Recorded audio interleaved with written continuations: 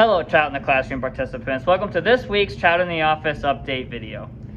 For our water quality this week, our pH is still stable at about an 8.2. Our ammonia is at 0.25 parts per million.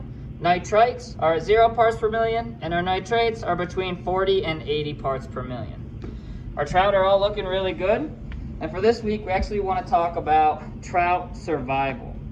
So, with our trout in the office, we're actually able to take away a lot of the variables that these fish would have experienced if they were wild fish actually out in one of Pennsylvania's cold water streams.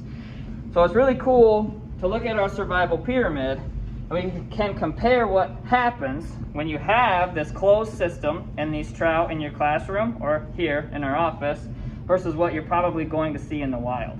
So we started with 243 eyed eggs. And the cool thing is that you're able to know exactly what you start with. You get to know the actual population number that you receive because you're going to be able to count your eggs. And the best way to count your eggs is actually take a photo after you receive them. This way you're not physically actually handling them and counting them. It's just good when you receive them to get them into that water, get them into that well-oxygenated cold water, and that way you're going to experience less mortality. So I actually utilized Microsoft Paint, and I was able to just drop a red dot over each egg as I counted it just to make sure I didn't double count. And you can count them in a different way if you want to. If you want to put the photo up in front of the classroom, maybe play a game, have the students guess how many eggs there are, and then maybe have a reward for one of the students that can guess the closest number or something like that. But there's lots of different ways that you can count your eggs.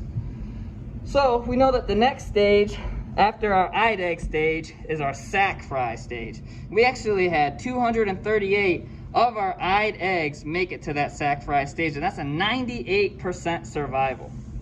Then, of that 238, we had 166 make it to the swim up stage.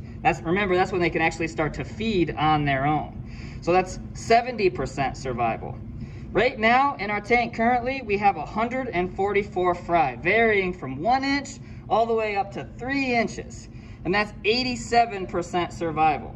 The last stage of our Trout in the Office survival pyramid is going to actually be how many fingerlings we released. 144 fry is a lot. Now a lot of these fish are doing healthy and they're doing really good, so we're experiencing very little mortality at this stage in our program. Now let's compare those numbers to what you're going to see in the wild. So, and this is just on average, a 7-inch female trout is looking at about 243 eggs. Now as you go up in size, your female trout is going to be able to lay a lot more eggs. This is something that's known as fecundity. So in the wild, when you're talking eyed egg stage to sac fry stage, you're looking at about 10% survival. So what does that mean? Of our 243 eggs, we would have about 24 fish actually make it to the sac fry stage. Now, from the sac fry stage to the swim up stage, you're looking at about 20% survival. So that means we would have 4 fish make it to the swim up stage. Then from swim up to fry, you're looking at 50% survival, so that's about 2 fish. In the wild, on average, only 1 to 2% of those eggs are going to make it to spawning age.